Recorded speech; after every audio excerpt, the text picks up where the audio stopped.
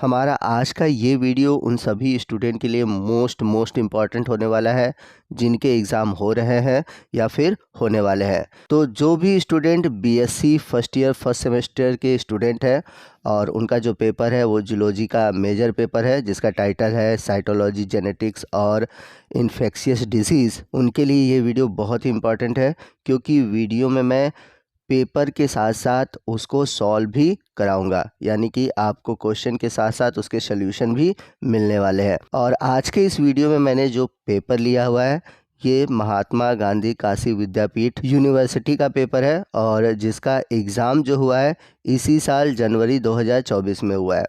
तो अगर क्वेश्चन के पैटर्न को देखें तो पेपर का जो टाइमिंग है वो 2 घंटे का है और जो टोटल 75 नंबर के हैं और इसमें 3 सेक्शन आपको देखने को मिलेंगे, सेक्शन ए, बी और सी, यानी कि खंड अ, ब और स। तो जो सेक्शन ए है इसमें आपसे अति लघु प्रश्न यानी कि very short answer type question पूछे जाएंगे।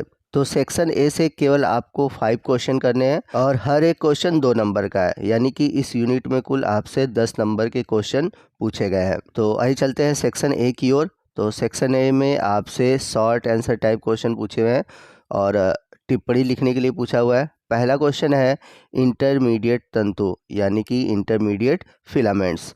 तो अगर हम बात करें इंटरमीडिएट फिलामेंट की तो जनरली ये आपको एनिमल सेल में देखने को मिलते हैं, प्लांट सेल में या फिर अगर हम बात करें फंजाई में ये देखने को नहीं मिलता। तो जो इंटरमीडिएट फिलामेंट है ये एक रोप लाइक यानी कि रस्सी नुमा नेटवर्क होते हैं जो कि सेल में पाए जाते हैं और इनका जो मेन फंक्शन होता है सेल स्ट्रक्चर को मेंटेन करना, यानी कि जो सेल की जो स्ट्रेंथ होती है वो इंटरमीडिएट फिलामेंट की वजह से होती है। तो इंटरमीडिएट फिलामेंट का जो रेंज होता है, मतलब इनकी जो डायमीटर है ये 5 से 12 नैनोमीटर होती है और सबसे बड़ी चीज़ है कि ये सेल को एक तरह से सपोर्ट देते हैं जिसके वजह से जो सेल होते हैं उनका एक शेप बना रहता है और जो सेल ऑर्गेनेल्स है एक फिक्स प्लेस पर बने रहते हैं। अगला क्वेश्चन है यानी कि बी क्वेश्चन है बैक क्रॉस। तो मेंडेलियन लॉ अगर आप पढ़े होंगे तो मेंडेलियन लॉ ऑफ इनहेरिटेंस वाले जो चैप्टर है या फिर कह सकते हैं जो यूनिट है उसी से रिलेटेड ये क्वेश्चन है।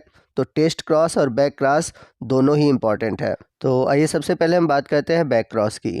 ए cross between F1 individual with any one of parent is called back cross, यानी कि पहली पीढ़ी से प्राप्त जो संतान है उसका क्रॉस अगर हम पेरेंट्स में किसी से करा दें तो क्या कहलाएगा, बैक क्रॉस। तो आपने जब मेंडेलियन के रूल्स पढ़े होंगे तो जब आपने देखा होगा कि जब एक टॉल प्लांट और ड्वार्फ प्लांट ये दोनों पी प्लांट है, जब इन दोनों का क्रॉस कराते हैं तो फर्स्ट जनरेशन यानी कि F1 पीढ़ी में मिलते हैं कैपिटल टी स्मॉल टी, यानी कि हाइब्रिड प्लांट। अब यदि इस प्लांट का क्रॉस हम करा दे पेरेंट से, चाहे वो स्मॉल टी यानी कि ड्वार्फ से कराएं या फिर कैपिटल टी डोमिनेंट से कराएं, तो ये दोनों कंडीशन कहलाती है बैक क्रॉस। तो अब बात आती है टेस्ट क्रॉस क्या होता है। तो जब हम F1 पीढ़ी का क्रॉस होमोलॉगस रिसेसिव पेरेंट से कराते हैं तो उसे हम बोलते हैं टेस्ट क्रॉस। तो टेस्ट क्रॉस में F1 जो है कैपिटल टी स्मॉल टी है, अगर हम इसका क्रॉस कराएं होमोलॉगस रिसेसिव यानी कि स्मॉल टी से, तो ये क्रॉस जो कहलाएगा वो कहलाएगा टेस्ट क्रॉस। चलते हैं अगले क्वेश्चन की ओर, क्वेश्चन नंबर सी, जिसमें पूछा गया है न्यूक्लियोसाइड और न्यूक्लियोटाइड के बारे में। तो आप सभी ने न्यूक्लिक एसिड पढ़ा होगा और आपको पता होगा कि न्यूक्लिक एसिड 2 तरह के होते हैं, एक होता है डीएनए, एक होता है आरएनए, और इन दोनों का ही निर्माण होता है फास्फेट ग्रुप से, पेंटोस शुगर से और नाइट्रोजिनस बेस से। तो जब फास्फेट ग्रुप, नाइट्रोजिनस बेस और पेंटोस शुगर ये तीनों ही एक दूसरे से जुड़ जाते हैं तो उसे हम बोलते हैं न्यूक्लियोटाइड। लेकिन यदि केवल नाइट्रोजिनस बेस और पेंटोस शुगर जुड़ते हैं तो उसे हम बोलते हैं न्यूक्लियोसाइड। यहाँ पर आप फिगर में देख सकते हैं ये है न्यूक्लियोसाइड। तो न्यूक्लियोसाइड में केवल नाइट्रोजिनस बेस और पेंटोस शुगर होते हैं, जबकि आप राइट साइड देख सकते हैं यह है एक न्यूक्लियोटाइड जिसमें कि फास्फेट समूह जुड़ गया है, यानी कि अगर न्यूक्लियोसाइड में एक फास्फेट समूह जुड़ जाए तो न्यूक्लियोसाइड बदल जाता है न्यूक्लियोटाइड में। अब चलते हैं अगले क्वेश्चन की ओर, क्वेश्चन नंबर डी है एस अवस्था यानी कि एस फेज। तो यदि आपने सेल साइकिल पढ़ा होगा तो आपको पता होगा सेल साइकिल 2 स्टेप में होता है, एक होता है इंटरफेज और एक होता है एम फेज। और इंटरफेज में 3 स्टेप होते हैं, पहला है G1, दूसरा है एस और तीसरा है G2। तो जो एस फेज होता है, इस फेज में होता है सिंथेसिस ऑफ डीएनए यानी कि नए डीएनए का निर्माण। ये बात हमेशा याद रखिए कि एस का मतलब यहाँ पर सिंथेसिस है, और किस चीज़ का सिंथेसिस होता है, डीएनए का सिंथेसिस होता है। चलते हैं अगले क्वेश्चन की ओर। अगला क्वेश्चन ई, जिसमें पूछा गया है क्रॉसिंग ओवर के बारे में। ये बड़ा इंपॉर्टेंट क्वेश्चन है और अक्सर आपके एग्जाम में पूछा जाता है। तो जब आपने सेल डिवीज़न पढ़ा होगा तो आपको पता होगा कि सेल डिवीज़न मुख्य रूप से 2 तरह के होते हैं, माइटोसिस और मियोसिस। तो मियोसिस जो है सेल डिवीज़न, इसमें 2 बार डिवीज़न होता है, मियोसिस फर्स्ट और मियोसिस सेकेंड।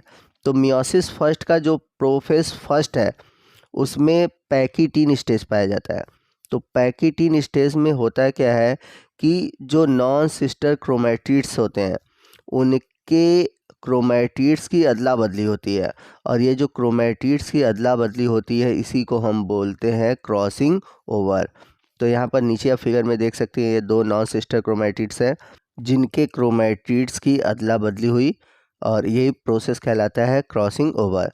तो जो टर्म है क्रॉसिंग ओवर सबसे पहले 1912 में मॉर्गन और कैटल ने किया था। चलते हैं सेक्शन बी की ओर, जिसमें कि शॉर्ट आंसर टाइप क्वेश्चन पूछे गए हैं। इसमें कुल आपको 8 क्वेश्चन दिए रहेंगे, जिसमें कि केवल आपको 5 क्वेश्चन ही करने हैं, और हर एक क्वेश्चन को आपको अधिकतम 100 वर्ड्स में लिखने हैं। तो आपसे पहला क्वेश्चन पूछा हुआ है सेक्शन बी से, सेलुलर जंक्शन यानी कि कोशिकीय जंक्शन। तो चूंकि ये टॉपिक शॉर्ट आंसर टाइप में पूछा हुआ है, यहाँ पर कुछ चीज़ें मैं आपको डिस्कस कर लूँ ताकि इससे जुड़ा हुआ जो कंसेप्ट है वो आपका क्लियर हो जाए। तो जब 2 सेल जुड़ते हैं उनके बीच एक जंक्शन बनता है जिसको हम बोलते हैं सेल जंक्शन। तो ये जो जंक्शन है ये एनिमल सेल में देखने को मिलता है, यानी कि एनिमल सेल में 2 सेल के बीच एक गैप होता है जिससे ये अलग होते हैं, यही कहलाता है सेल जंक्शन। और ये जो सेल जंक्शन होते हैं वो कुल 4 तरह के होते हैं। पहला है टाइट जंक्शन, दूसरा है एडरेंस जंक्शन, तीसरा है गैप जंक्शन और चौथा है डेस्मोसोम। तो यहाँ पर आपको चारों तरह के जो जंक्शन है वो दिखाई दे रहे होंगे। यहाँ पर आप डिटेल में देख सकते हैं कि सभी में क्या अंतर है टाइट जंक्शन, डेस्मोसोम और गैप जंक्शन में।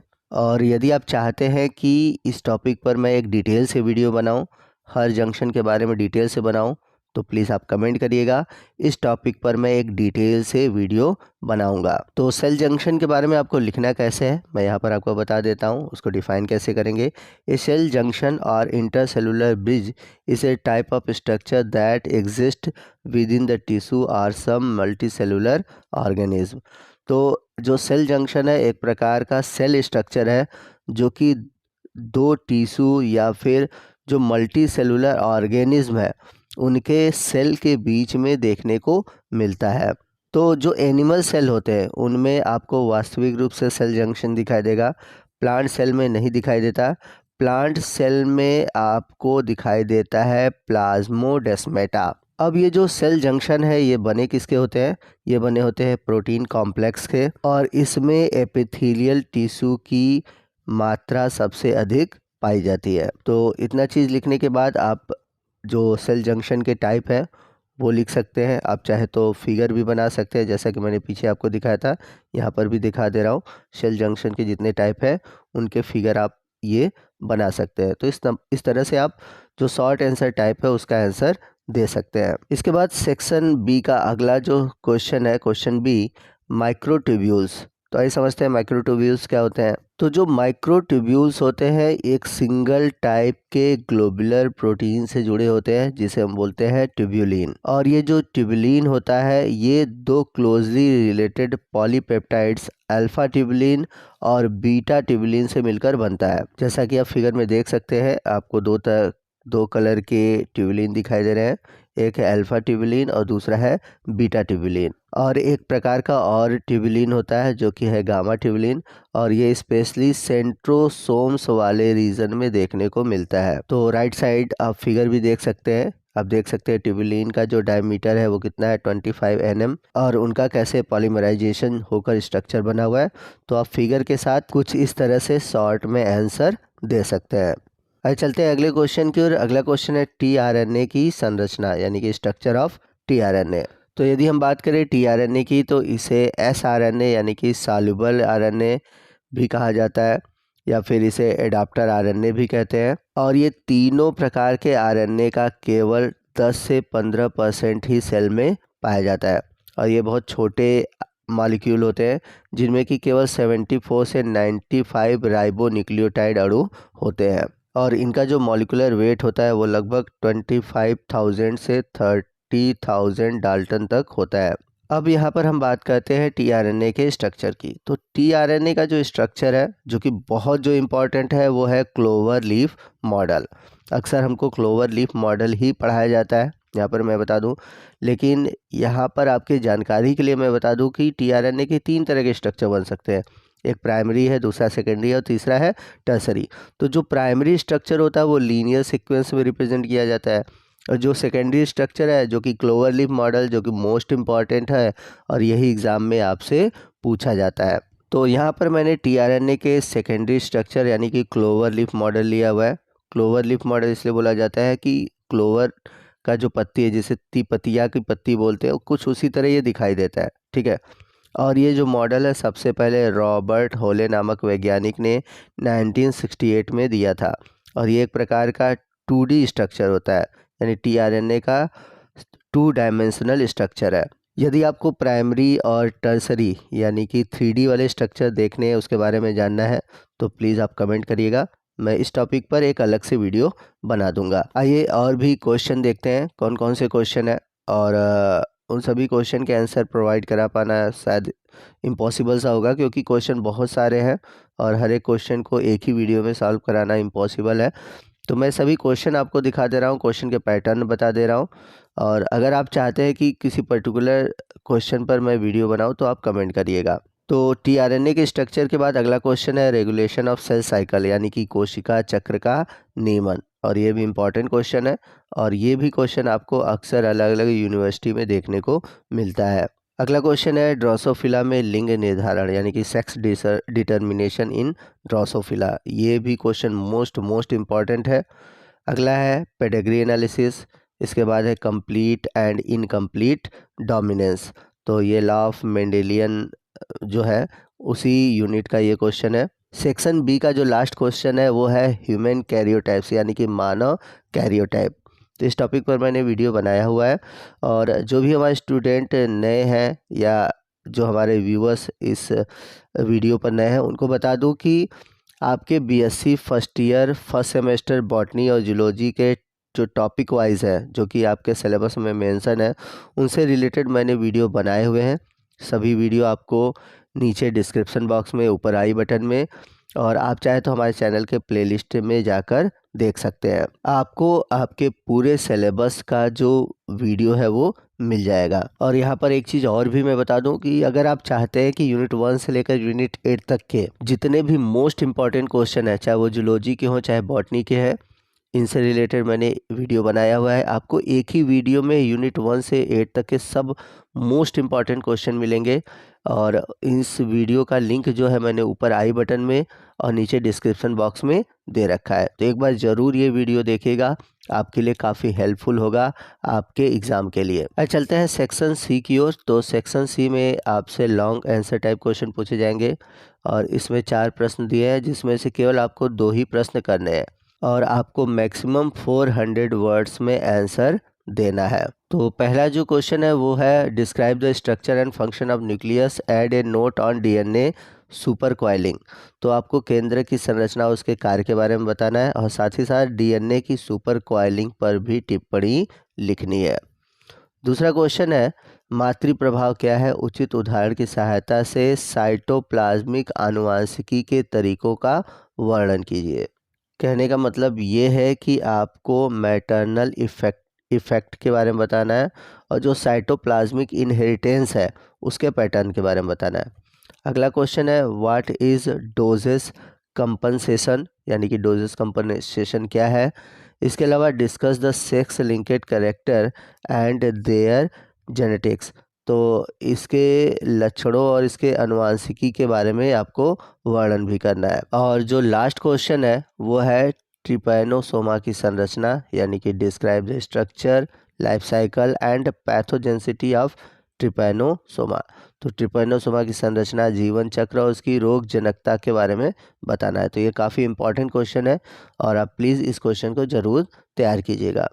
तो दोस्तों ये था हमारा आज का वीडियो जो कि महात्मा गांधी काशी विद्यापीठ के पेपर का एक सोल्यूशन था।